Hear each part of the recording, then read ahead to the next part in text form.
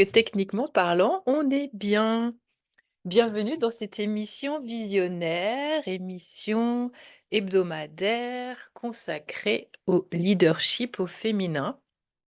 C'est une émission que j'ai eu envie de créer pour parler de toutes les formes de leadership, pas seulement, la leader, entrepreneur, la leader, dirigeante, mais, en fait, toutes les leaders, même celles qui lead à la maison, celles que j'appelle les femmes d'affaires de famille depuis quelques mois maintenant.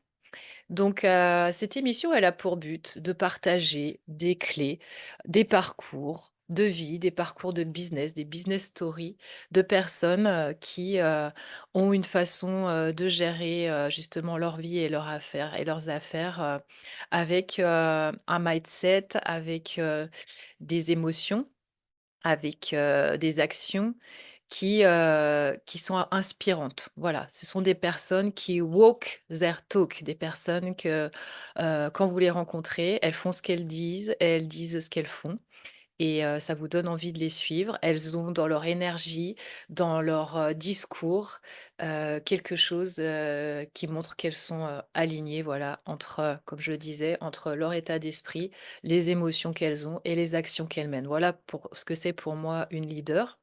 Ce soir, mon invité, c'est vous. Donc, si j'ai des questions, en direct, c'est génial parce que je vais être avec grand plaisir à votre disposition pour répondre à toutes sortes de questions. Open bar, open micro, enfin avec le chat.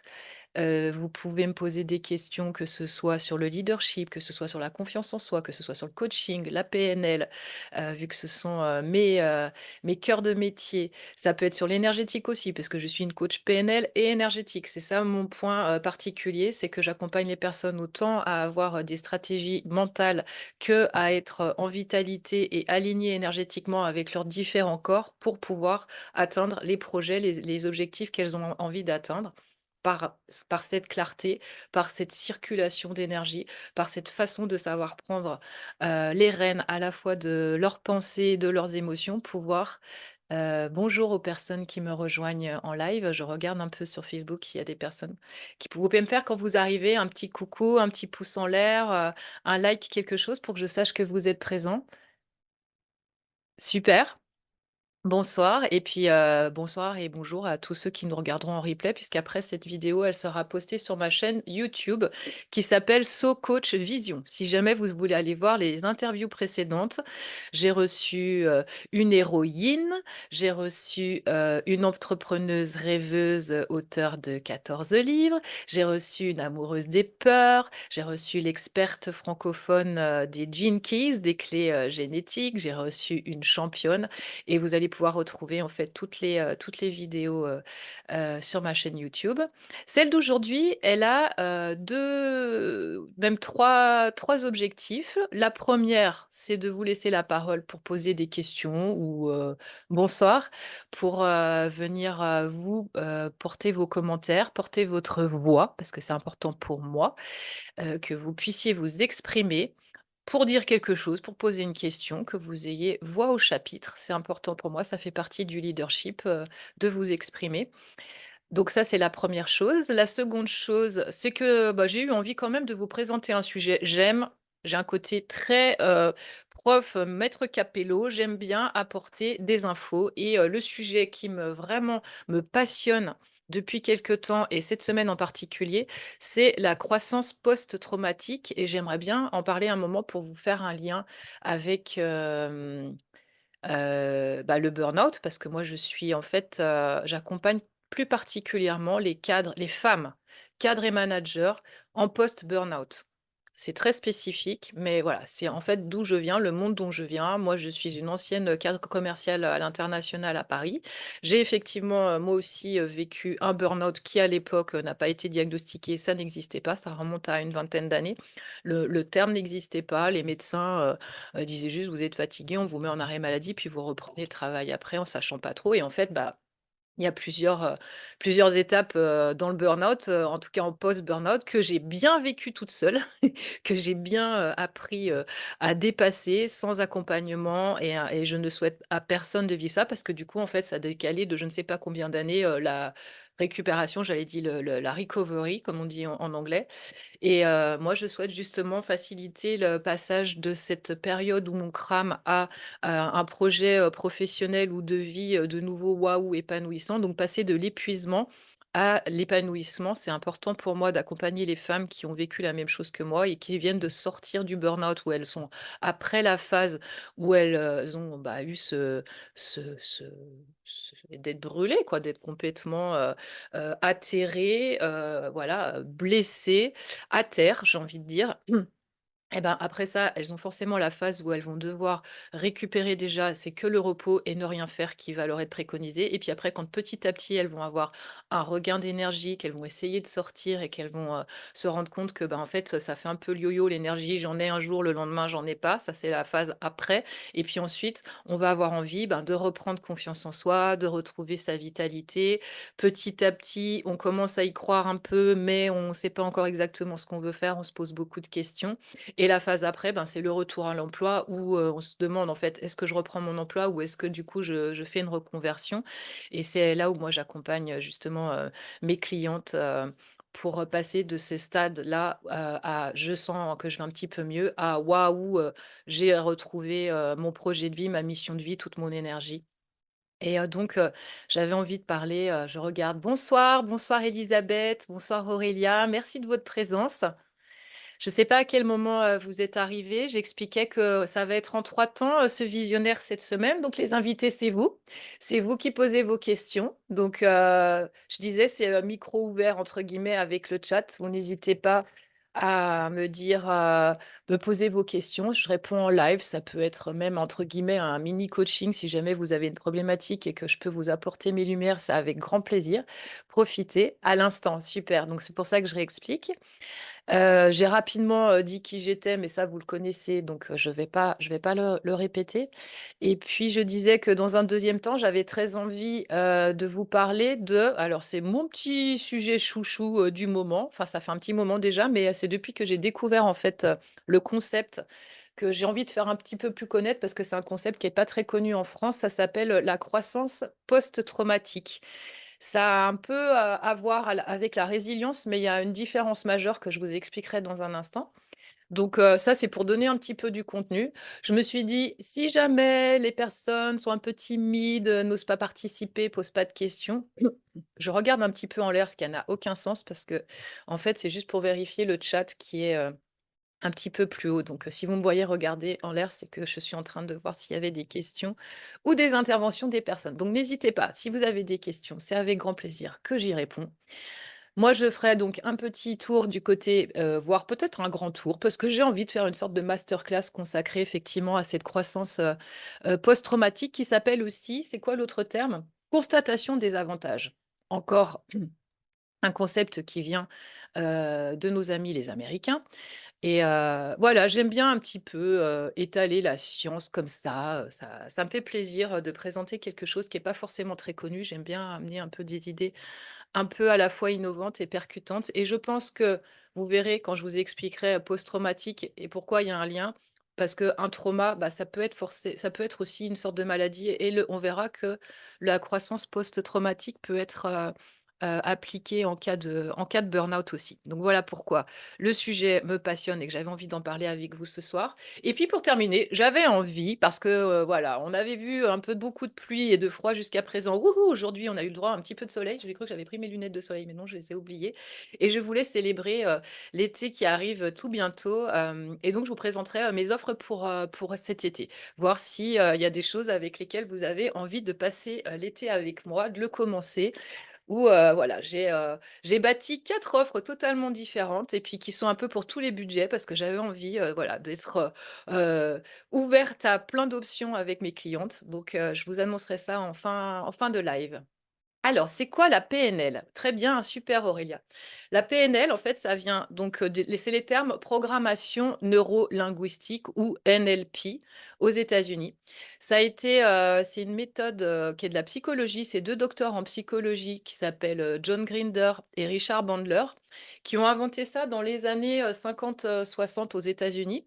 En fait, il y en avait un qui était linguiste et un qui est mathématicien. Donc déjà, moi, là, je suis grande fan parce que tu as à la fois le côté, très scientifique du matheux et le côté très, relationnel et communication, du linguiste. Et en fait, ces personnes, elles ont eu envie de savoir, qu'est-ce qui fait que les gens, réussissent là où ils réussissent, qui performent là où ils performent, qui sont excellents là où ils sont excellents. Ils ont essayé de trouver, grâce au côté, du mathématicien, à modéliser l'excellence. Alors, comment ils ont fait ça? Ces 2 psychologues, ils se sont dit, «Eh ben, en fait, on va aller filmer, les meilleurs, les experts dans leur, profession, dans leur, acte d'excellence, dans leur performance et on va aller voir si par hasard, il y aurait pas des critères communs à leur réussite». Ça veut dire qu'ils sont allés filmer, mais des heures et des heures, des gens. Alors, il y avait à la fois des thérapeutes, ils sont allés filmer, la maman de la gestalt, les plus grands. Ils ont, eu Virginia Satir, ils ont eu, Milton Erickson, le père de l'hypnose. Ils sont allés filmer, les plus grands dirigeants, du monde de l'époque. Ils sont allés filmer des sportifs de haut niveau et puis les filmer alors en leur demandant: «Tiens, qu'est-ce qui se passe pour toi quand tu réussis, quand tu es excellent?» Et ils sont allés à travers tous ces bandes et ces bandes d'interviews, commencer à faire des grilles et à voir, tiens, est-ce qu'il y aurait pas des points communs à toutes ces personnes? Et c'est là où ils se sont rendus compte, donc programmation neuro-linguistique, que les personnes utilisaient soit du vocabulaire, soit eux, ce qu'ils vont appeler neurologique, et ben, c'est en fait comment ils vont utiliser leurs pensées, comment ils vont utiliser en fait leur système nerveux, donc aussi leurs émotions et leur corps. Donc ils utilisent vraiment le fonctionnement du corps humain, donc corps, esprit, émotion et ils ont identifié qu'il y avait plein de stratégies, en fait, communes et ils ont modélisé ça et ça a produit, moi j'ai, un je me retourne pour montrer, j'ai carrément, un classeur de stratégies, de protocoles qui sont issus de ça et qui vous permettent, en fait, de reprogrammer vos pensées, vos émotions et votre corps physique parce qu'en fait, les 3 interagissent en permanence. À chaque instant, je pense, à chaque instant, je ressens et à chaque instant, j'agis parce que même quand je n'agis pas, en fait, c'est déjà une décision, c'est je fais quelque chose. Décider de ne pas agir, c'est agir, en fait. Et ils se sont rendus compte, bah, que quand, par exemple, je te donne l'exemple, Aurélia, si tu arrives, quelque part et puis que, bah, je sais pas, par exemple, on va dire que ton corps physique, tu es hyper fatigué. Qu'est-ce qui va se passer? Bah, je me lève le matin, je suis fatiguée, j'ai mal dormi. Bon, bah, mes pensées, tu vois, elles vont être influencées par cette fatigue. Donc, du coup, je vais me retrouver à avoir des pensées, ouais, au ralenti, voire noires, voire grises, tu vois, c'est pas folichon. Qu'est-ce que ça va faire d'avoir ces pensées-là? Ça va faire que, émotionnellement parlant, si je te pose la question, on va me dire, ouais, ça va, bof. Donc, tu te rends compte que tout ça, ça interagit. Et on va se rendre compte que en agissant sur un de ces pôles-là, donc soit ton corps physique, soit tes pensées, soit tes émotions, tu vas pouvoir influencer en fait les 2 autres. Ça interagit en permanence. Je te donne un exemple. Si, tu commences à juste te dire, «Waouh, ça me fait trop plaisir, de voir, ah ouais, ça va pas bien, mais ça me fait trop plaisir à midi, je déjeune avec ma meilleure amie ou avec mon mec» et ben, du coup, oh! Bah, le fait d'avoir cette pensée-là va te remettre une émotion qui est plus positive. Qu'est-ce que tu vas faire? Ça va rebooster ton énergie, donc physiquement, tu vas te sentir, aller mieux. Ça, je te simplifie un max. Je vais pas te faire une formation, aux bases de la PNL, ce soir, mais voilà. En gros, c'est comprendre que sans arrêt, ces 3 pôles du fonctionnement humain, le mental, les émotions, le cœur et les actions que tu mènes, donc ton corps physique, s'influencent et interagissent entre elles et que tout ça, ça te donne un pouvoir de malade. C'est pour ça que moi, je travaille sur le leadership parce que pour moi, le leadership, c'est reprendre son pouvoir personnel et qu'il y a rien de plus simple en vrai, parce qu'à partir du moment où tu es honnête avec toi-même et que tu regardes, tes pensées, tu vas te dire: «Mais en fait, ouais, c'est moi qui construis en fait cette réalité-là parce qu'en pensant ça et ben, j'ai, eu cette émotion-là, j'ai réagi de cette manière-là et c'est moi qui ai provoqué en fait cette, situation». C'est pas du tout pour culpabiliser, c'est bien au contraire pour te dire: Mais en fait, c'est génial, j'ai du pouvoir de changer, tout ce que je veux et tout est possible. Donc c'est en ça que la PNL est vraiment géniale. Et moi, ce que j'ai aimé, rajouter, donc pendant 12 ans, je n'ai utilisé que ce côté que j'appelle quand même un peu mindset, parce qu'en fait, c'est vraiment aller observer, très précisément comment tu penses les choses, les reprogrammer. Par exemple, Elisabeth le sait, on utilise beaucoup le langage dans les accompagnements.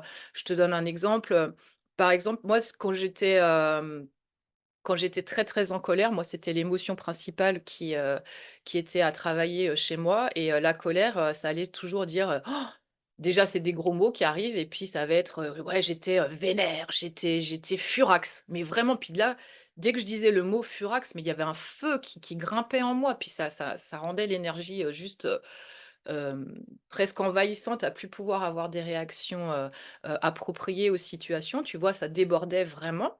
Et bien, à partir du moment où j'ai commencé à sentir l'émotion arriver, mais que je lui ai donné un autre nom, donc bah, ça peut être un nom hyper ridicule quand tu changes quelque chose. Je te donnerai d'autres exemples après, mais ça peut être un nom, ridicule comme, moi j'avais utilisé, courroucé. Et ben, si je sentais la colère arriver, que je disais: «Oh là là, c'est bon, vas-y, laisse-moi tranquille, là, je suis courroucée», ben, en fait, le programme, il se met pas en route parce qu'en fait, comme c'est programmation neurolinguistique, en fait, ça veut dire que, dans ton cerveau, dans ton mode de fonctionnement, tout est programmé comme, si c'était sur les anciennes bandes là de magnétoscope. En fait, tu mets en route le film. La même cause, le même stimulus va provoquer la même réaction. Si tu prends pas un peu un niveau de conscience un peu plus élevé, que tu t'en rends pas compte. Donc, quand je disais furax, bah, il y avait tout le programme derrière qui se mettait en route. Je crie, je dis des gros mots, j'ai un comportement, déplacé, voire violent. Alors qu'à partir du moment où je change le mot de voilà, je suis en colère, je suis furieux, je suis furax, dégage. Si je dis: «Je suis courroucé», bah, courroucé, il a encodé rien du tout dans mon cerveau. Tu me dis le mot courroucé, ça ne provoque historiquement parlant, dans mon vécu, dans mes tripes, dans mes gènes, ça ne provoque rien. Donc du coup, ça désamorce illico le comportement derrière. Le programme ne peut pas se mettre en route et en fait, la PNL, c'est vraiment ça. C'est tu mets un grain de sable et en fait, tu fais, dévier le programme, tu le déroutes.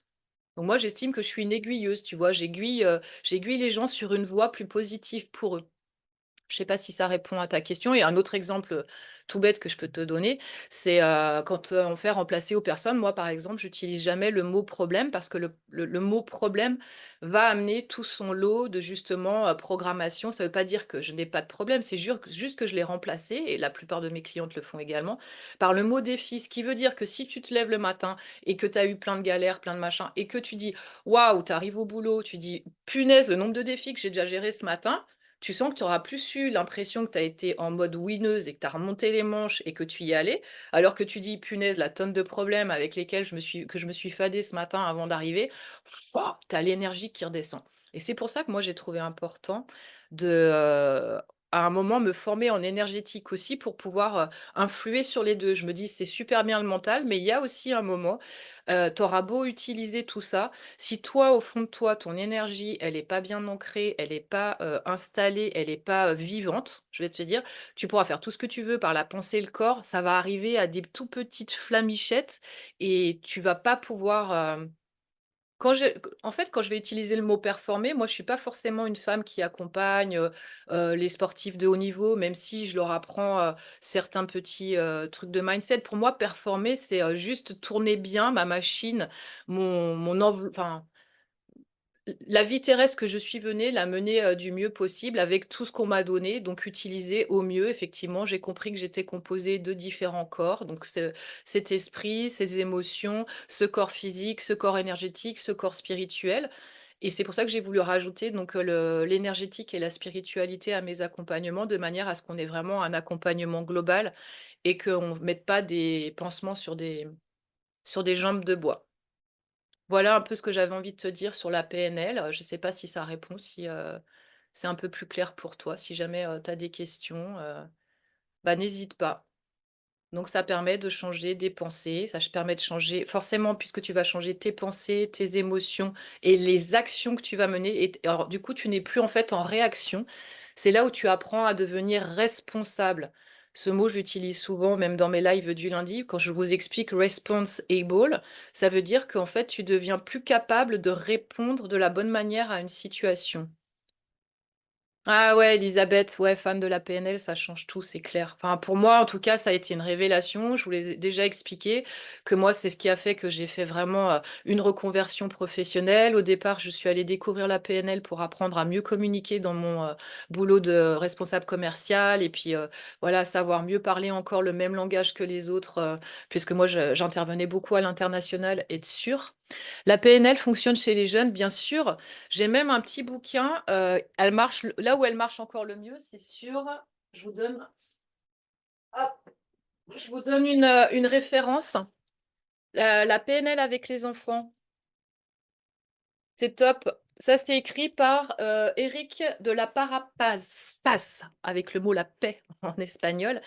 Et c'est génial, comment leur créer un avenir magnifique, donc technique, valeurs et comportements pour augmenter la confiance en soi de vos enfants. Parce que effectivement, moi, je me sers beaucoup de la PNL pour la confiance en soi. Alors souvent on me dit: «Oui», alors les coachs business: «Oui mais Sonia, faut que tu expliques la confiance en soi, pourquoi faire?» On s'en fiche, franchement. Je vous aide à retrouver confiance en vous. Si c'est pour aller, sortir, oser aller parler avec votre boulangère, ça peut marcher pour ça. Si c'est pour aller faire une présentation en public parce que vous avez la trouille et que vous ne savez pas comment vous allez réagir, vous suez, bah, ça marche aussi. Si c'est pour aller passer un entretien d'embauche, ça marche. La confiance en soi dans le contexte que vous le souhaitez. Ça peut même être, je vous ai présenté, il y a pas longtemps, une championne, de massage et ben, elle va peut-être vouloir gagner, grappiller quelques points de confiance en elle pour passer de la médaille de bronze à la médaille d'or et ben, on va les grappiller, faire ces petits réglages. Voilà, la PNL, c'est génial pour ça, c'est que vous pouvez affiner, vous pouvez essayer plein de stratégies différentes. On peut désactiver des choses qui sont ancrées ou mal encodées chez vous.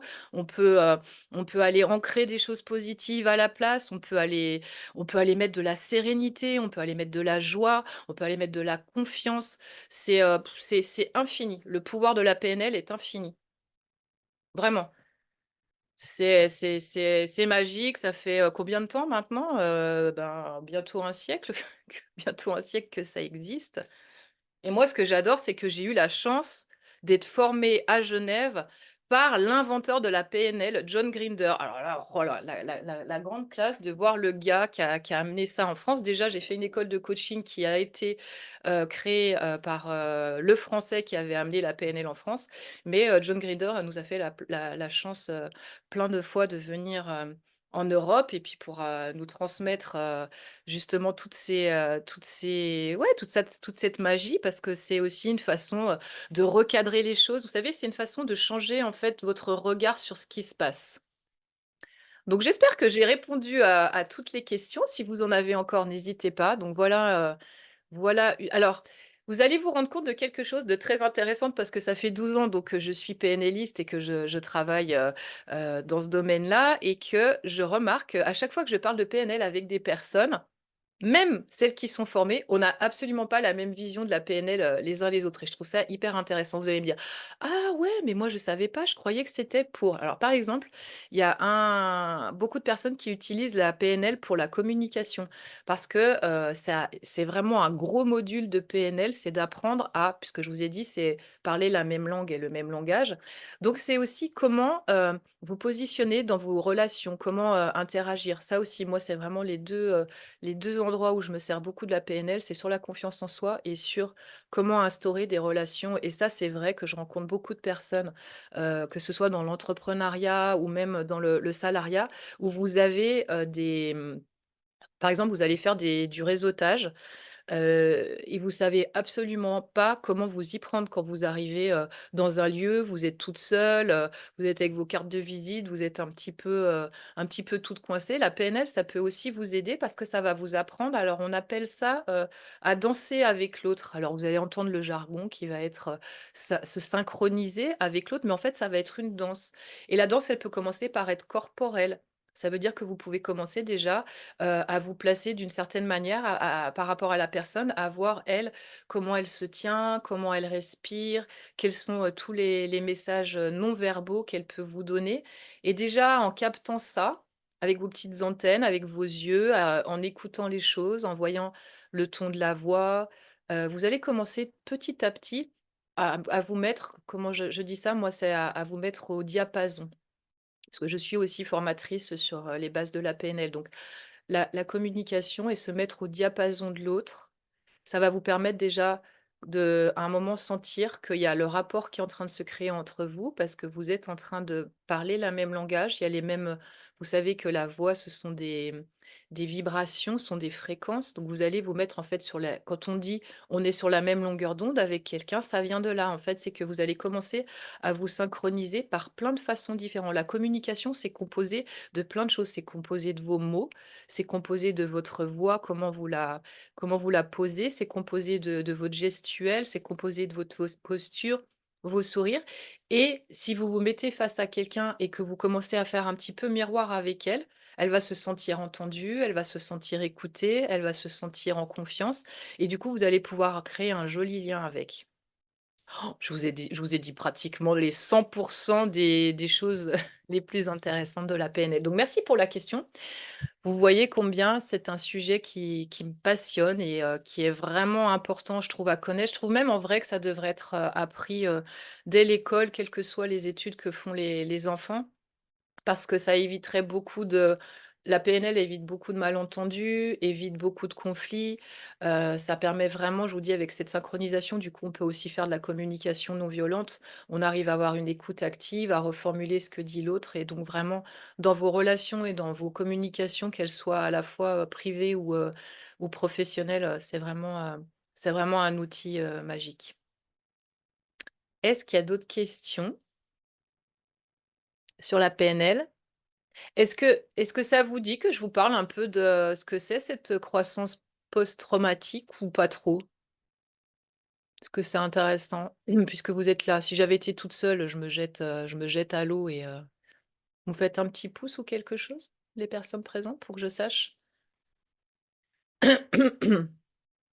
Je prends un petit peu d'eau en attendant, pour voir si ça vous dit.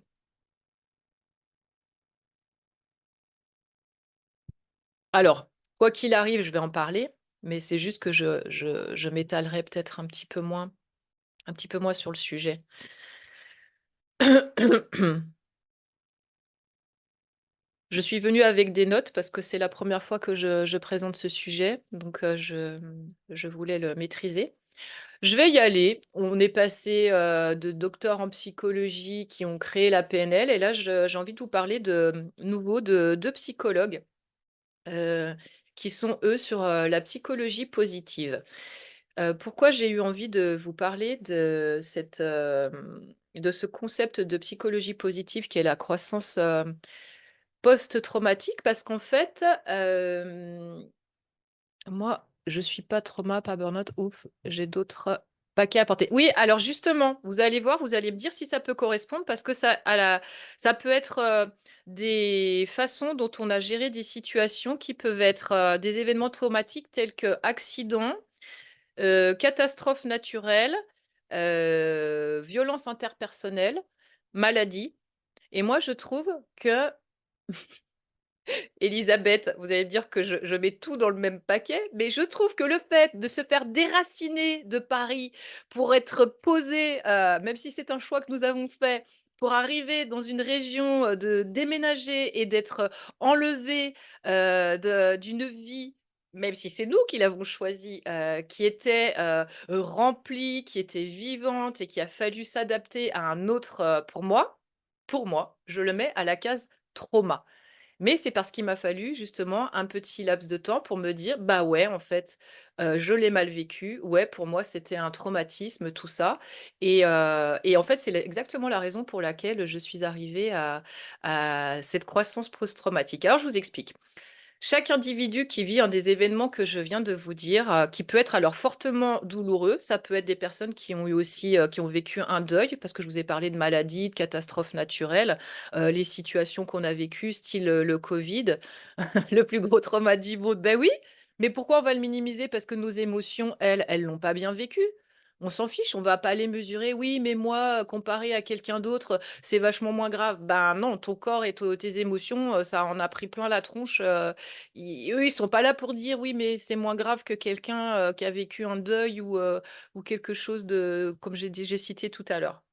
Donc en fait, comme je disais, quand on vit un événement, traumatique ou c'est pour ça que je fais bien le distinguo, fortement douloureux, donc je dis croissance post-traumatique, mais je pourrais dire croissance, post-grosse douleur.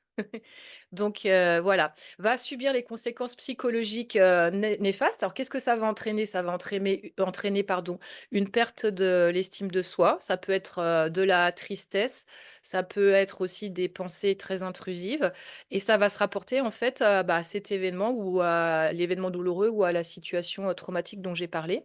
Et alors ce qui est intéressant, c'est que pendant très longtemps et ça c'est jusque dans les années 90, eh bien les psychologues, ils se sont surtout intéressés à toutes les conséquences négatives que ça avait ces événements-là sur la vie de leurs patients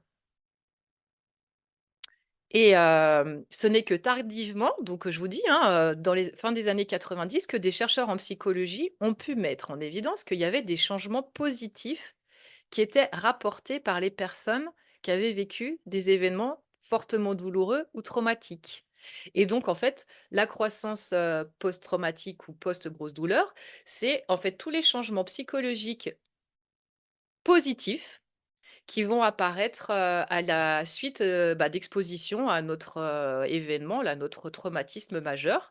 Ça veut dire, en fait, qu'on ressort et c'est ça que je trouve génial que la psychologie ait enfin pu, regarder de ce côté-là, parce que moi je suis fan de psychologie positive, qu'il est possible de ressortir grandi du choc, donc plus fort, suite aux événements de vie qu'on a vécus qui étaient particulièrement négatifs pour nous. Et alors on va se rendre compte les 2 psychologues qui ont, mis en lumière ce concept que en fait, la croissance post-traumatique ou comme je vous l'ai dit, constatation des avantages, en fait, elle se manifeste dans 5 domaines. Elle va se manifester dans l'appréciation de la vie, dans les relations aux autres, dans le développement d'une certaine force personnelle, dans les nouvelles possibilités et très souvent aussi dans le développement d'une certaine spiritualité. Alors bon, il y a une échelle qui a été, créée d'auto-évaluation qui a été, créée pour ça. Mais en fait donc, heu, on a estimé que où est-ce que j'ai vu un chiffre? 90. Voilà, selon l'un des psychologues qui a inventé, donc ce concept, jusqu'à 90 des survivants ou des personnes ayant, reçu ces chocs traumatiques rapportent au moins un des aspects, donc 90 hein, de la croissance post-traumatique, comme par exemple, une nouvelle appréciation, de leur vie. Et en fait, je voudrais vous expliquer un peu après. Donc en gros, je vous réexplique, c'est un changement psychologique positif qui est survenu à la suite de l'adversité. Je vous avais parlé à un moment dans un de mes posts du quotient d'adversité. Je vous ai dit: «Oui, tout le monde parle d'avoir un grand QI, un gros quotient intellectuel ou un grand QE, un grand quotient émotionnel». Mais de nos jours, ce qui est encore plus valorisé, par exemple, quand vous arrivez dans une entreprise, ça va être: «Est-ce que tu as un bon QA?» Et ben, le QA, c'est un bon quotient d'adversité. On pourrait donc assimiler cette croissance post-traumatique ou je vous l'ai dit, on peut l'appeler aussi constatation des avantages, à la résilience. Mais la différence qu'il y a, que je trouve qui est géniale avec la résilience, c'est qu'en fait, la résilience, c'est chouette. Ça veut dire qu'effectivement, tu as réussi à rebondir suite à un événement. Mais ça, c'est dans la psychologie traditionnelle, sauf que tu as réussi, en rebondissant, à atteindre le niveau de fonctionnement que tu avais antérieurement au traumatisme.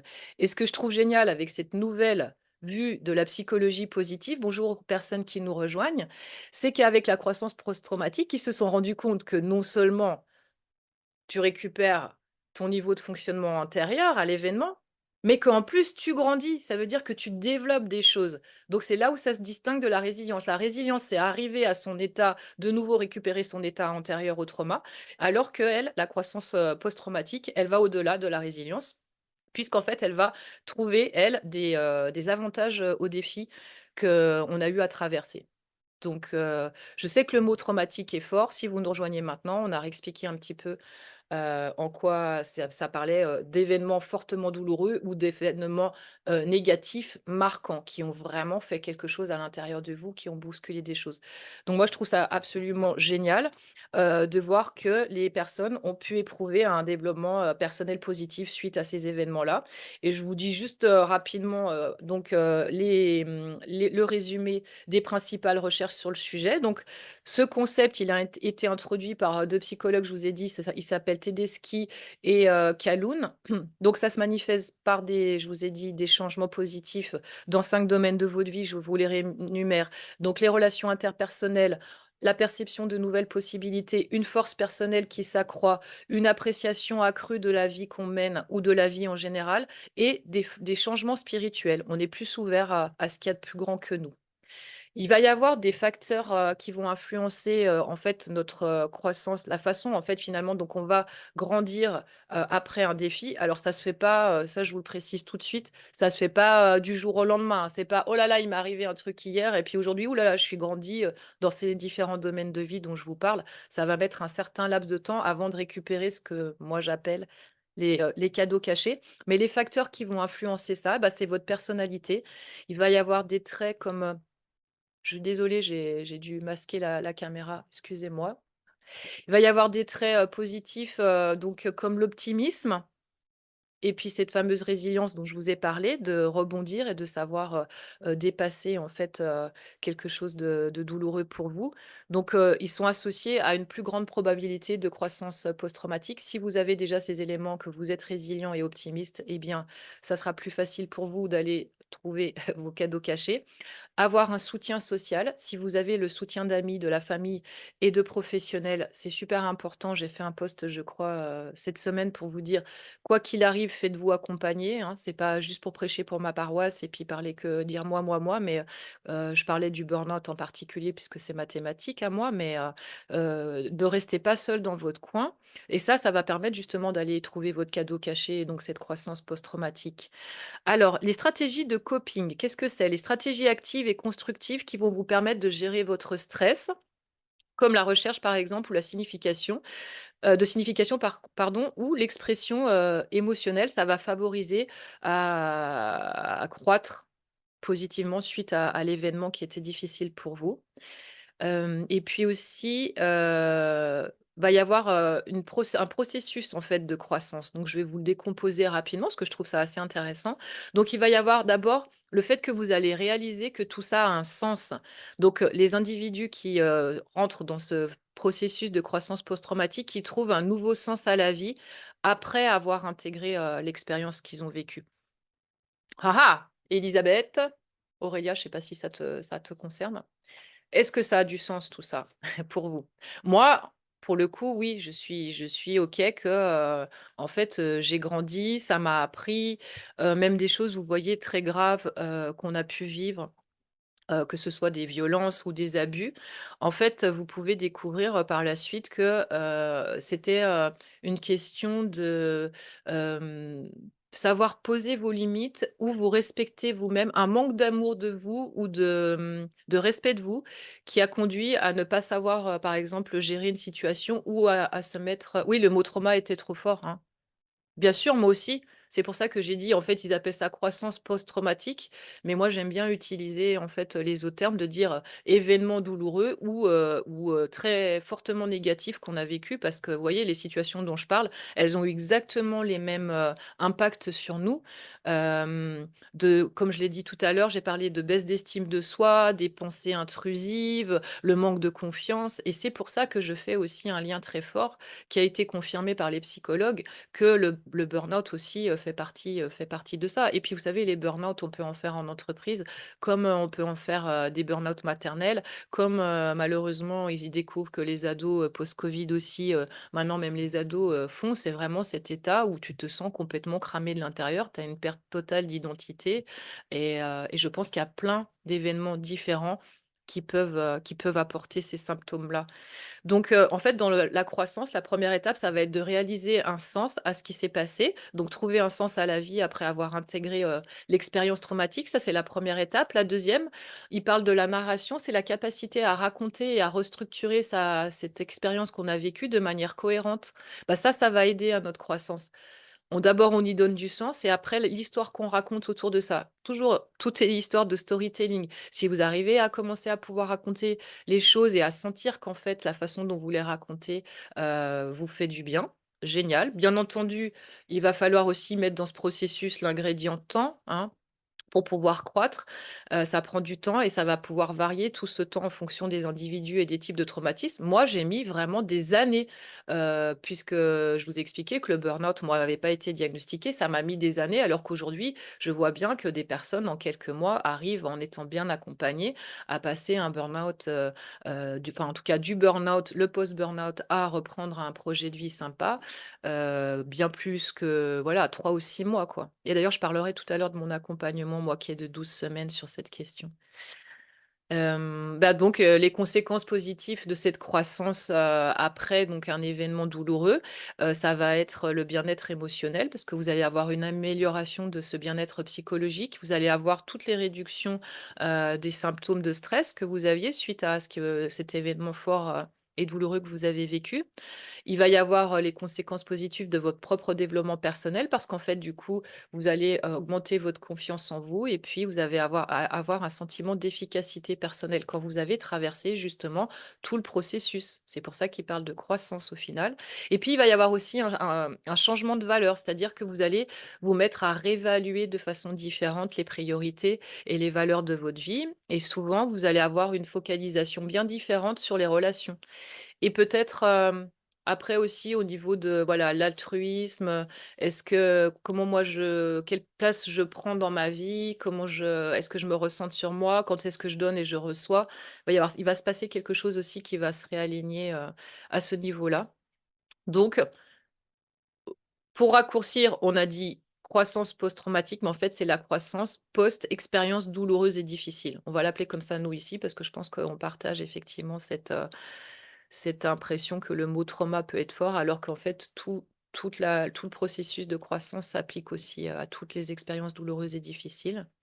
Et donc, ça permet de se rendre compte que c'est un catalyseur finalement pour une croissance significative et transformation positive. Et ce que je trouve intéressant, c'est que c'est les psychologues qui se penchent sur la question, c'est pas juste, du bon sens de se dire: «Oui, on le sait bien que, au bout d'un moment, si on sait tirer une leçon, se raconter la bonne histoire, on peut, dépasser un événement et puis aller cueillir», il y en a qui appellent ça aussi la courbe de croissance ou la courbe de deuil, qu'à un moment, on se rend compte du cadeau caché. Une personne qui a eu un accident et qui se retrouve avec un fort handicap nous racontera que finalement aujourd'hui, elle préfère, presque sa vie avec le handicap parce qu'elle a développé effectivement tous ces éléments dont on vient de parler. Elle a senti toutes ces éléments de croissance en elle et plein de personnes se diront: «Bah, oui, mais c'est grâce à cet événement-là» et quand ils vont vous dire cet événement, difficile et douloureux, vous allez dire: «Waouh, c'est incroyable» et on va tout de suite parler de résilience. Mais ce qui est intéressant, c'est que tous les cadeaux cachés, eh ben, la psychologie positive se rend compte que ça peut être pas mal d'aller finalement chercher tout ce que ça t'a apporté de bien. En gros, qu'est-ce que ça veut dire? Ça veut dire qu'accompagner une personne, c'est très intéressant, bien sûr, en psychologie traditionnelle, d'aller voir pourquoi ça s'est passé, comment ça va aujourd'hui, nin nin mais aller poser la question de la personne: «Mais avec quoi tu repars de ça? Comment ça t'a permis de grandir?» Vous vous rendez compte, en fait, comme ça rend du pouvoir à la personne à un moment. Bien sûr qu'il faut pas le faire trop tôt. Tu peux pas juste au moment où la personne, elle vient d'avoir, sa maison qui est, prise sous un tsunami, tu lui demandes le lendemain: «Alors, comment?» Bien sûr, on a parlé qu'il faut une notion de temps et qu'il va falloir laisser aux personnes le temps de récupérer et donc c'est pour ça que je faisais le lien aussi avec le burn-out en voulant dire que, c'est, après un certain laps de temps qu'on va pouvoir aussi aller travailler, cette croissance, post-traumatique. Donc oui, ça marche avec tous les événements, douloureux et difficiles que vous avez pu traverser, d'aller vous interroger sur, tout ce que j'ai présenté, tout à l'heure. Et alors donc, je vais juste faire un rapide survol sur l'histoire, du burn-out. Donc oui, effectivement, lui aussi, ça en fait partie, bien que ça soit plus associé à un épuisement professionnel. Et ben, en fait, ça va être vécu comme un événement, traumatique unique. C'est une expérience douloureuse, c'est très difficile. C'est des personnes qui vont quand même pouvoir, à un moment, se rendre compte de tous les changements positifs que, elles ont pu, accueillir dans leur vie après avoir traversé cette période de burn-out. Donc dans ce cas-là, comment ça se passe le process? Ben, il va y avoir d'abord de la reconnaissance et une acceptation. Donc, une fois que le burn-out va être reconnu et accepté, ben, les individus, ils vont commencer à se mettre aussi, on en a parlé tout à l'heure, à réfléchir à leurs priorités. Qu'est-ce qui est vraiment important pour moi? Leurs valeurs personnelles et professionnelles, parce que comme un burn-out, ça touche les différents domaines de vie, ils vont pouvoir aller couvrir les différents domaines et puis se rendre compte, bah, tiens, qu'est-ce que c'est ma priorité? Quelles sont mes valeurs dans ces domaines-là? En termes de changement, positif, du coup, ben, ils vont se mettre à réévaluer ces priorités.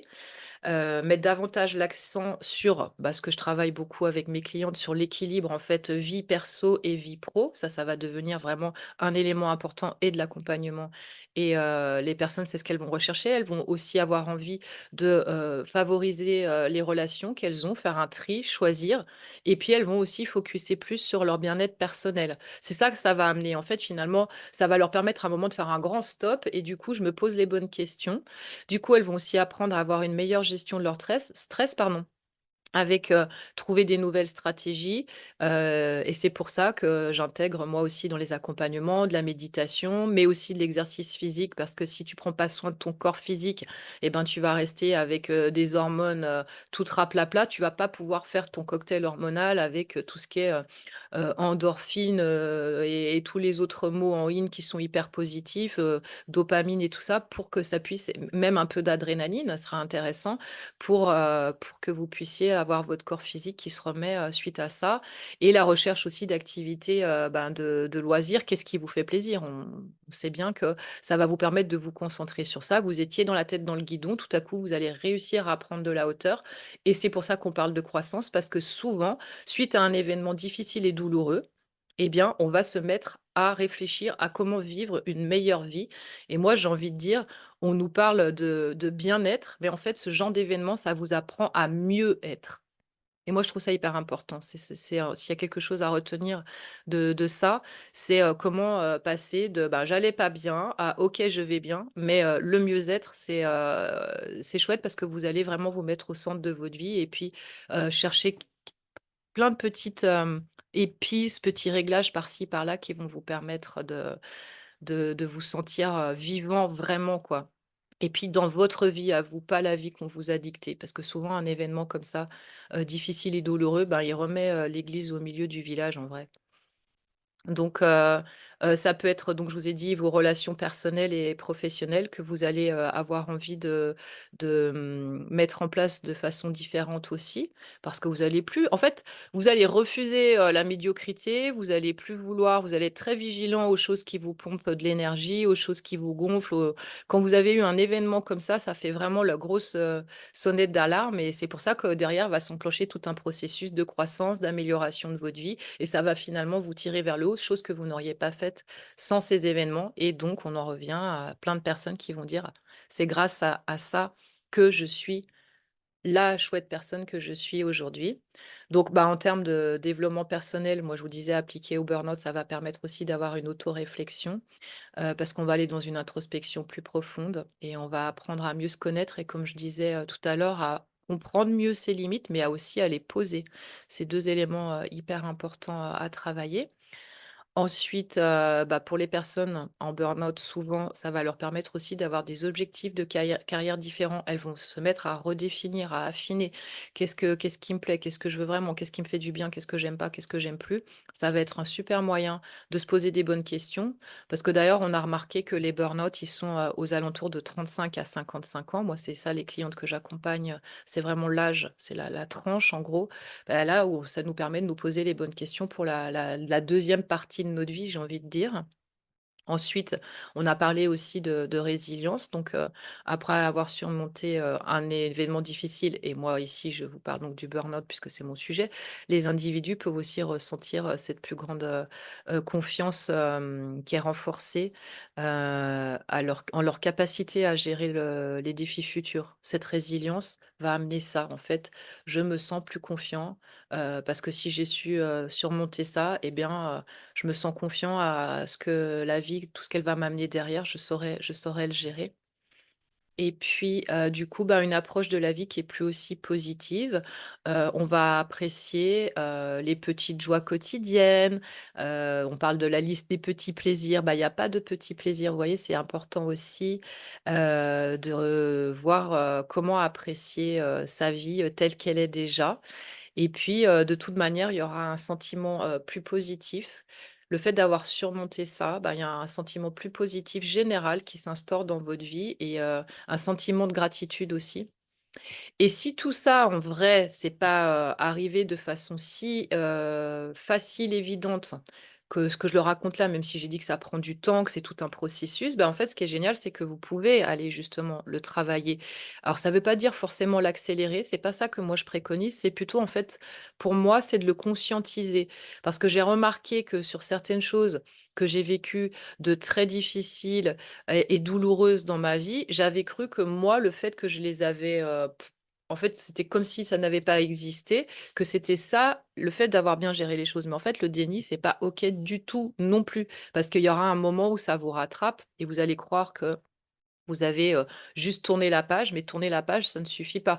C'est avoir fait en fait, le processus, c'est déjà le conscientiser et mettre des mots. Ensuite, on a parlé à un moment de la narration, être en capacité à se raconter: «Ah ouais, c'est vrai, j'ai vécu ça et ça m'a fait ça» et donc en fait, reposer un peu les choses, ça va vous permettre, d'être en gratitude, de dire: «Ah ouais, mais c'est génial parce que du coup, aujourd'hui, je suis comme ci, je suis comme ça» et quand je vous ai dit tout à l'heure le mot, grâce, c'est grâce à cet événement si je suis, bien maintenant et c'est là où il y a la gratitude qui est en train de s'ouvrir et on sait très bien que c'est un chemin vraiment vers, ce côté justement spirituel dont on parlait. Quand vous êtes dans la gratitude, c'est que vous êtes déjà connecté à plus grand que vous. Donc que ce soit un burn-out ou toute une expérience, qui a été très difficile, très douloureuse, très épuisante et bien, ça peut conduire à cette, croissance dont je parle, qui a été observée dans ce qui est catégorisé comme traumatisme, avec donc des changements positifs dans la perception que vous avez de vous, dans vos relations, dans votre développement personnel et puis, en fait, dans vos objectifs de vie aussi. Parce qu'en fait, vous allez être un peu plus exigeant quelque part, mais aussi lâcher prise. C'est-à-dire que sur certaines choses, vous allez savoir lâcher prise et puis sur d'autres, vous allez être beaucoup plus ferme parce que vous vous dites: «Non, non, non, j'ai déjà vécu cette chose-là», quand je parlais de poser ses limites.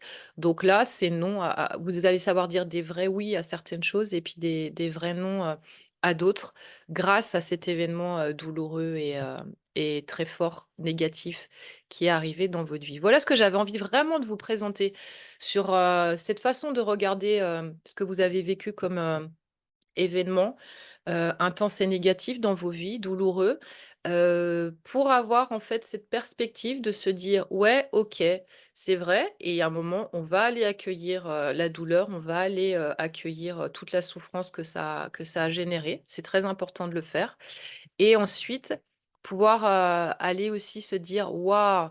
À partir du moment où vous allez réussir, vous allez voir comment vous avez réussi à aller récolter votre cadeau caché. Voilà ce que c'était la croissance post-traumatique ou la constatation des avantages de vos événements, vécus.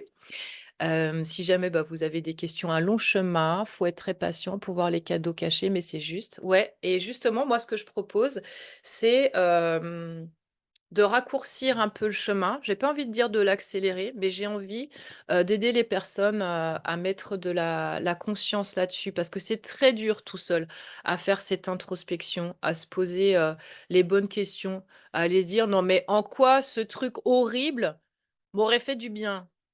Mais comme je l'ai dit, il faut laisser un certain laps de temps et moi, c'est pour ça, j'invite vraiment les personnes à se sentir moi, je sais que je travaille avec des personnes qui sont déjà, sorties de leur, état d'esprit de victime. Elles sont déjà prêtes. Elles sont déjà avec l'envie que ça aille mieux. Parce que si elles sont encore dans ce discours, et c'est à ça que servent toutes les personnes que vous allez appeler pour vous faire accompagner, normalement, elles vont avoir un premier entretien avec vous pour valider que ce sont les bonnes personnes. Ça ne veut pas dire que vous ne trouverez pas, mais il va falloir trouver la bonne personne. C'est-à-dire que si vous êtes dans une phase, par exemple, que ce soit le burn-out, où vous êtes vraiment, vous venez juste de tomber, c'est le blackout total, je vous l'ai déjà dit, là, ça sera vraiment le moment où vous devez prendre du repos, ne rien faire. Donc ça sert à rien d'aller contacter des gens, dire mon Dieu, ça va pas. Bah oui, ça va pas. Donc là, c'est vraiment le truc, ça ne va pas. On l'accepte, on l'accueille, ça va vraiment pas. Ensuite, c'est seulement quand vous allez ressentir un petit regain d'énergie, avoir une envie où c'est encore un petit peu, voilà, c'est un peu, ça fait le yo-yo, ouais, j'y vais, je sors un peu, je me sens un peu mieux, mais oh, ça me rattrape par moment. Là, ça va peut-être être plutôt, de la psychologie qui va vous être nécessaire si vous avez envie de vous faire accompagner à cette étape-là. Et puis c'est quand vous allez vraiment ressentir que là, vous avez dépassé, le temps a fait son œuvre et que là, vous avez envie vraiment de poser les choses, que en tout cas, moi, c'est à ce moment-là que j'interviens, mais, je pense qu'il y a pas mal de personnes qui, vous diront, c'est à ce moment-là où vous êtes déjà prête à, planifier un futur, à regarder. Vous n'êtes pas retenu. Il restera peut-être quelques reliquats et c'est là, moi, où j'aime bien aller voir qu'est-ce qui est resté, qu'est-ce qu'on a compris. Dans l'introspection, poser les bonnes questions pour aller voir qu'est-ce qui pourrait encore dans les parts, d'ombre rester pour pouvoir vraiment associer, ben, l'ombre et la lumière. Donc la lumière, ben, tout ce que j'ai réussi à récupérer de génial de ma vie, de qui je suis et puis des envies que j'ai pour le futur. Mais, on est encore un tout petit peu retenu et moi, c'est là, à ce moment-là, où j'adore intervenir parce que c'est ce petit fil ténu là, à aller trouver qu'est-ce que c'est qui empêche. C'est d'aller, recréer, cette belle histoire et cette belle ensemble, avoir toutes les pièces du puzzle pour pouvoir les assembler et les unir, qui vont vous permettre ensuite de passer à cette croissance parce que vous allez avoir, toutes ces réalisations, pouvoir avoir des meilleures relations, savoir mieux ce que vous voulez. Mais il y a des passages, où on ne pourra pas accélérer ça parce que votre corps, on a parlé tout à l'heure corps, esprit, émotion, ne sera pas prêt à ça.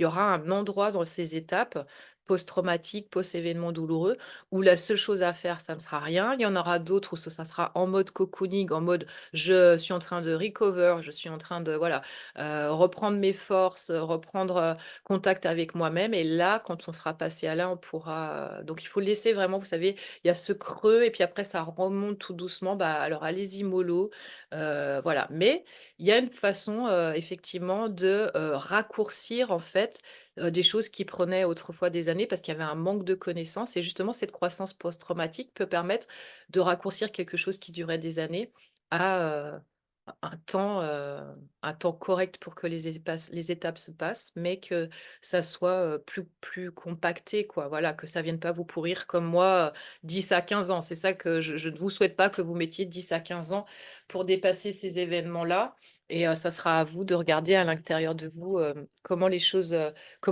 vibrent, comment ça se passe, comment votre énergie, où elle en est. Moi, j'utilise vraiment, les 3 enfin, j'essaye de savoir vraiment avec les personnes où elles en sont de leur confiance en elles et où est-ce qu'en est leur énergie et on commence d'abord là-dessus, à faire ce travail vraiment, intérieur pour ensuite planifier un futur, plus lumineux. Donc effectivement, c'est un chemin. Il peut être moins long, mais c'est vraiment un processus à suivre parce que si vous, n'avez pas, conscientisé les étapes, en fait, à un moment, bah, l'élastique, il vous repète à la figure et puis vous vous dites: «Mais pourquoi?» puis ça se reproduit, enfin des choses comme ça. Et puis là, bah, qu'il y ait des personnes ou pas qui sont encore présentes, c'est pas grave, ça sera aussi pour, les personnes qui regarderont en replay. Je vais mettre un petit partage d'écran parce que j'avais envie de passer maintenant. Est-ce que vous avez encore des questions? Je ne crois pas. Je regarde un peu, je prends un petit verre d'eau.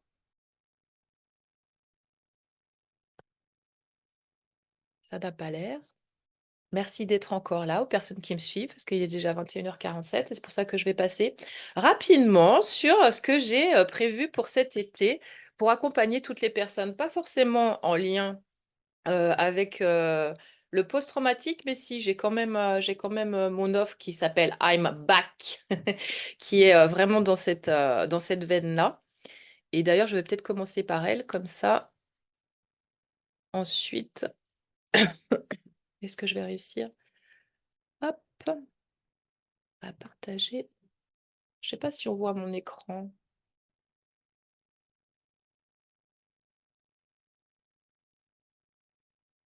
Ça a l'air, faut juste que je mette ma petite photo là.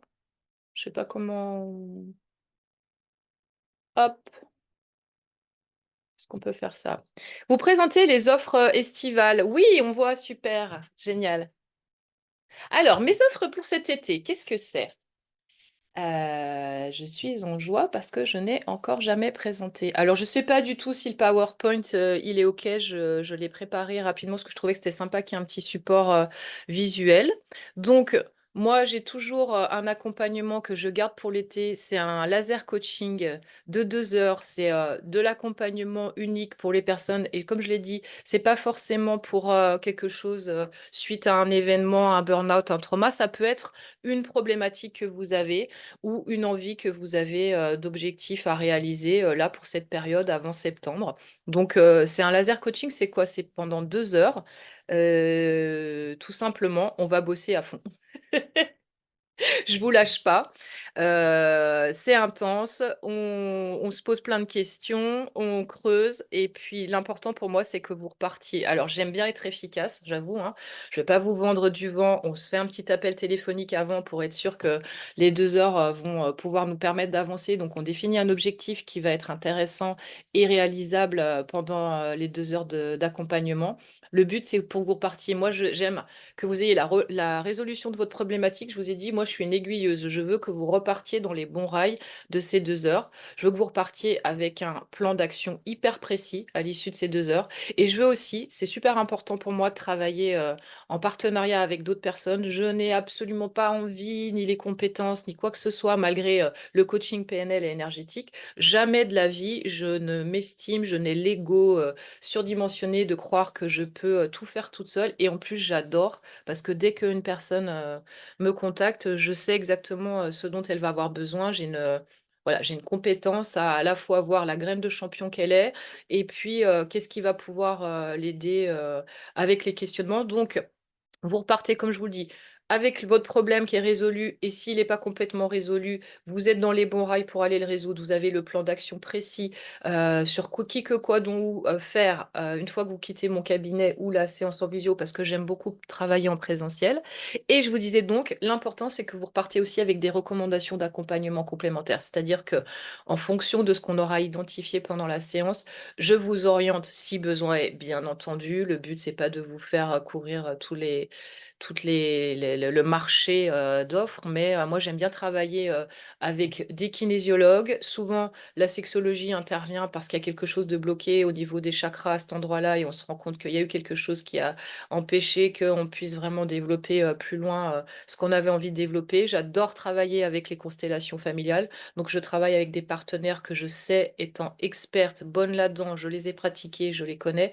Et puis, j'ai de plus en plus de personnes qui me demandent des choses aussi sur les annales akashiques. Euh, j'ai aussi les personnes qu'il faut. Je sais qu'on peut leur faire confiance. C'est quand même hyper important quand vous allez ouvrir vos annales akashiques, que la personne, elle soit pas en mode trop olé olé et qu'elle respecte ça et qu'elle ait vraiment une vision sacrée d'aller ouvrir cette grande bibliothèque. Et donc, voilà, souvent, cette séance, c'est 2 heures avec moi et elle peut être complétée avec. Et j'ai peut-être pas pensé à tout, mais en tout cas, en général, c'est vraiment ces expertises-là qui viennent compléter. Et donc, c'est une séance qui est à 195 €, la séance de 2 heures et qui comprend un entretien avant et un suivi ensuite. On se fait un petit appel pour savoir comment ça se passe et si les choses sont bien et s'il faut ajuster, qu'est-ce que c'est. Je ne laisse jamais les personnes partir comme ça dans la nature. Je garde toujours un lien pour être sûre que ça se passe bien. Ensuite, une autre offre. Bah, ça, j'ai envie d'être un peu fun. J'ai aimé faire, bah, là, Elisabeth, si vous êtes encore avec moi, je sais pas, Aurélia est peut-être plus là. J'avais envie de voir s'il y a des personnes qui seraient partantes pour venir avec moi, faire 21 jours pour prendre soin de nos quatre corps. Le commencer juste pour l'été, parce que je me dis, pas tout le monde part forcément en vacances. Et puis, bah là, on sait pas si la météo va être avec nous ou pas. Donc, moi, je vous propose, pendant 21 jours, on est sur un groupe, soit un groupe WhatsApp, soit un canal Telegram. On est à plusieurs, je l'ouvre si on est 6 minimum. Et puis tous les jours, eh ben, on propose des actions à mener, soit pour prendre soin de notre corps physique, soit notre corps émotionnel, soit notre corps mental, soit notre corps énergétique ou spirituel. Je vous propose quelque chose de manière à ce que vous ayez un conseil quotidien avec des pratiques pour améliorer votre bien-être global. Et puis donc, bah, il y a la communauté qui nous soutient, parce que moi, je suis aussi dans le groupe, et puis on échange, et puis on se passe, et puis ça fait une belle énergie positive qui nous permet de bien commencer l'été. Et j'ai prévu de le commencer, bah, en fait, le 20 juin. Comme ça, je me dis, on commence l'été ensemble, et ça laisse le temps de faire un petit peu de communication auprès des personnes qui voudraient nous retrouver. Et ça, c'est un challenge à 55 euros pour les 21 jours. Donc, bah, avec quoi vous repartez, vous prenez soin de vous d'une manière holistique en vous occupant des différents aspects de vous. Vous avez un prix qui est abordable pour un programme qui est, c'est pas parce qu'il est à 55 euros et que c'est une fois par jour qu'il n'y a pas de qualité. Bien au contraire, on essaye vraiment d'être toutes dans cette dynamique hyper vertueuse et positive. Et puis, ce qui est bien, c'est qu'il y a des personnes qui peuvent aussi rajouter leur petite astuce à elles. Donc moi, j'arrive avec mes propres outils, et puis c'est souvent complété par les autres challengeuses. Je dis challengeuses parce que c'est souvent des femmes qui participent. Donc ça, c'est le Summer Kick-Off. C'est pour lancer l'été enfin. Je ne sais pas. Quelle est mon autre offre? Bah, ça, c'est l'offre vraiment, c'est le programme complet sur 12 semaines. Ça, c'est pour les personnes vraiment. Je vous ai dit que je travaillais avec des cadres et managers en post-burnout. Et ben, je me dis que c'est la bonne période en fait, parce que soit elles sont actuellement en arrêt et elles ont envie de recommencer, mais elles s'inquiètent un petit peu pour septembre. Donc, ça serait chouette. Soit on peut le commencer un petit peu plus tard pour. En fait, elles le commencent quand elles veulent. C'est pour ça que j'ai voulu que le programme soit en one-to-one avant de l'envisager sous un angle plus collectif. Ça ne veut pas dire que je ne vais pas regrouper les femmes entre elles à un moment, parce que je pense que c'est important qu'on ait du soutien et qu'on rencontre d'autres personnes qui ont vécu la même chose que nous pour vraiment dédramatiser et puis surtout se culpabiliser de quoi que ce soit. Mais voilà, je vais pas forcément dérouler en entier le planning de ce programme, mais c'est vraiment, vous avez pendant les 12 semaines, vous aurez 6 à 8 séances de coaching avec moi. Donc, je commence par un questionnaire pour savoir où vous en êtes. Ensuite, il y a les séances, il y a un groupe WhatsApp en illimité. C'est pas un groupe, pardon, c'est un accès illimité à mon WhatsApp. Donc, hors week-end, vous pouvez me contacter quand vous voulez avec vos difficultés, parce que forcément, au début, quand on se met en route, on peut avoir peut-être plein de questions, de craintes, de doutes. Il y aura une séance suivie un mois après ces 12 semaines pour voir où vous en êtes. Moi, je suis très méditation, visualisation guidée et travail respiratoire. Donc, il y aura forcément un accompagnement comme ça tout au long. Chaque semaine, je proposerai quelque chose. Je suis friande de vous transmettre mes mini-formations, parce que moi, je suis formatrice en entreprise et j'ai ce côté, voilà, j'adore ça, que vous repartiez, que ça soit pour comment poser vos limites, comment communiquer de façon non violente, retrouver l'estime de vous. On fait vraiment. Alors, j'appelle mini formation, ça peut être vu aussi comme un atelier, mais que vraiment vous puissiez savoir où vous en êtes et comment faire avec ça pour passer un cap, quoi. Et puis forcément des exercices de coaching. Et puis j'ai envie, et ça sera en option, et puis je verrai si c'est en collectif ou pas, mais je l'ai déjà fait, d'ajouter 3 pratiques à ce programme, et ça sera en supplément. Les personnes pourront choisir si elles ont envie d'ajouter soit de la danse, et ça sera. Il y a plusieurs pratiques de danse que j'envisage. J'ai déjà mes partenaires. Ça dépendra si c'est sur l'estime de soi ou si c'est pour retrouver de la vitalité. L'équithérapie aussi, parce que pour la confiance en soi, et puis surtout apprendre. La confiance en soi, la confiance en l'autre, parce qu'avec votre cheval, vous apprenez vraiment, à marcher avec, vous n'avez pas forcément, quelque chose pour le tenir, un licol ou quoi que ce soit, mais vous devez vous mettre à côté, et en fait, le guider rien que par, votre posture et donc en fait, retrouver votre présence, suite justement à un burn-out ou quelque chose qui vous a vraiment fait perdre votre estime de vous et vous vous sentez, heu parce que je dis burn-out, mais on peut être épuisé, par quelque chose dans notre vie, comme on a parlé, d'événements, traumatiques ou douloureux et difficiles, qui ont fait vivre exactement ce côté-là, où on s'est senti, épuisé, en perte d'identité, complètement perdu, à retrouver du sens à sa vie et retrouver surtout un projet de vie qui nous tient à cœur et donc ces ateliers-là avec, l'équithérapie, la danse, permettre de vraiment, rassembler toute notre énergie, la condenser, d'être hyper présente dans notre vie, hyper vivante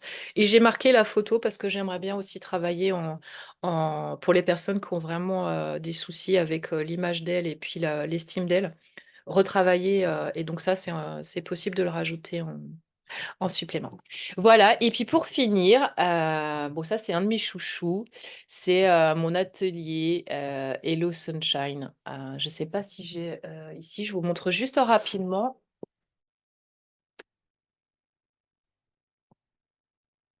C'est un super, coaching game, c'est un atelier de 1 h 15 et il est aussi, en individuel. Alors je peux aussi, le faire en présentiel, mais il prend plus de temps dans ces cas-là parce qu'il faut que chaque personne, puisse avoir le temps, de répondre aux questions et je préfère en fait le faire, en individuel pour le moment, pour que la personne ne se sente pas, forcément impactée par, les réponses des autres. Donc je vous montre rapidement, en fait, c'est un jeu, de cartes avec, des images. Je ne sais pas si vous allez bien voir. Des images qui ont aussi, un mot. Donc, par exemple, ici, nous avons un pied, une tongue, le mot learning. C'est tout en anglais, donc je peux le faire aussi en anglais si les personnes souhaitent le faire. Autant un coaching en entier en anglais, je me sentirais pas de le faire, mais pour cet atelier, oui, je peux l'animer en anglais puisque toute la documentation est en anglais. Donc, en fait, c'est une façon de voir votre problématique ou un objectif de façon très intuitive grâce au photolangage. Donc, c'est un atelier de photolangage. C'est une méthode qui utilise des images pour faciliter en fait votre réflexion personnelle et puis que vous puissiez mettre en lumière et en mots des choses que vous n'avez pas encore. C'est toujours pour en fait conscientiser des choses. D'ailleurs, le coaching game peut participer soit à une séance de laser coaching, soit au programme I'm Back. Parce que ça vous donne en fait un éclairage sur des choses. Si vous n'arrivez pas à me dire: «Mais je sais pas, moi je sais pas», bah, en fait grâce à l'image, en la regardant, en la décrivant, tout à coup il y a de la clarté et puis il y a des infos qui vont arriver sur votre problématique ou sur votre objectif que vous n'aviez pas forcément réussi à mettre, en perspective, en lumière, sans ça et ensuite, c'est tout un travail de questionnement, à la fois sur l'image et sur le mot, qui vont vous permettre de, voilà, conscientiser, de prendre de la hauteur et puis de répondre, à vos questions et de repartir avec, à la fois, une prise de conscience, mais forcément suite à la prise de conscience, on va s'interroger. C'est pour ça que j'ai mis 1 h 15, mais ça peut durer, bien 1 h 30 si on veut aller, faire l'atelier jusqu'au bout et que vous repartiez aussi avec un plan d'action. Pour moi, il est hors de question que vous quittiez une séance sans un plan d'action pour l'étape d'après pour vous. Voilà et j'ai décidé, de faire, un prix, bah, estival donc la séance est normalement à 110 € et là, je l'ai mise à 90 € jusqu'au 9 juillet. Voilà pour mes petites offres, d'été qui me font super plaisir. Moi, en tout cas, ça me met en joie. Donc, je me représente, je suis Sonia, je suis coach en confiance en soi et leadership personnel. Je suis spécialisée sur les femmes cadres, managers, en post-burnout ou après avoir vécu, une situation, difficile ou en tout cas très remuante. Ça peut être un gros changement de vie, parfois ça peut être une maternité aussi qui crée ça, un déménagement, un deuil, quelque chose qui a fait en fait que vous vous êtes senti waouh, vous écrouler complètement, vos bases et vos fondations se sont effondrées et vous avez, maintenant repris un tout petit peu d'énergie, un petit peu votre mental qui recircule mieux et vous avez envie justement de passer à autre chose. Vous êtes dans le tunnel, vous voyez un bout de lumière là-bas et moi je vous accompagne, à la sortie du tunnel pour un projet, hyper lumineux. Voilà, voilà. Bon, vous êtes super d'être resté jusqu'au bout. Je vous remercie, infiniment. Si vous avez des questions, bah, vous n'hésitez pas à revenir vers moi. Je vais mettre, cette vidéo, sur YouTube. Comme ça, elle est en direct sur Facebook, mais sur YouTube, vous pourrez aussi, accéder, à toutes les infos et puis regarder, autant le passage super intéressant, avec les questions sur la PNL que, la masterclass sur, la croissance, post-traumatique, même si on n'a pas trop aimé le mot, on va lui trouver un petit nom, sympa, en français et puis mes offres estivales, voilà, mon invitation pour l'été, voilà, je suis là, c'est avec plaisir que je réponds à toutes vos questions. Merci infiniment. Est-ce que vous avez des questions avant que je rende l'antenne? Visionnaire de cette semaine, je regarde encore un petit peu, est terminée. Eh bien non, je ne crois pas. Merci infiniment aux personnes présentes en live et puis, merci beaucoup. Pardon de tous et puis donc, au plaisir de vous retrouver, sur les réseaux ou, contactez-moi, en MP. Donc j'ai mis mon adresse email sonia@action-resolution.com si vous le souhaitez et puis sinon, sur Messenger, avec plaisir, je réponds. Posez-moi toutes vos questions. Merci beaucoup, très belle soirée et puis au plaisir, on se retrouve la semaine prochaine pour une nouvelle émission visionnaire où je vais recevoir Axel Milošević qui est facilitatrice, heu, en agilité entre autres. Le leadership au féminin, c'est tout un univers pour elle. Elle fait des conférences, auprès des PME, sur cette thématique et surtout ce que j'aime beaucoup chez elle, c'est qu'elle a une façon d'aborder très créative, tous les sujets sérieux, de l'entreprise parce qu'elle a un spectacle qu'elle, fait avec un comédien, Cédric Chapeau et j'espère qu'elle va nous en parler, mais j'en ai aucun doute, mercredi prochain. Je pense qu'elle passe à Annecy, Genève, actuellement si vous êtes dans la région. Je ne sais pas si elle tourne dans toute la France, mais on lui posera la question.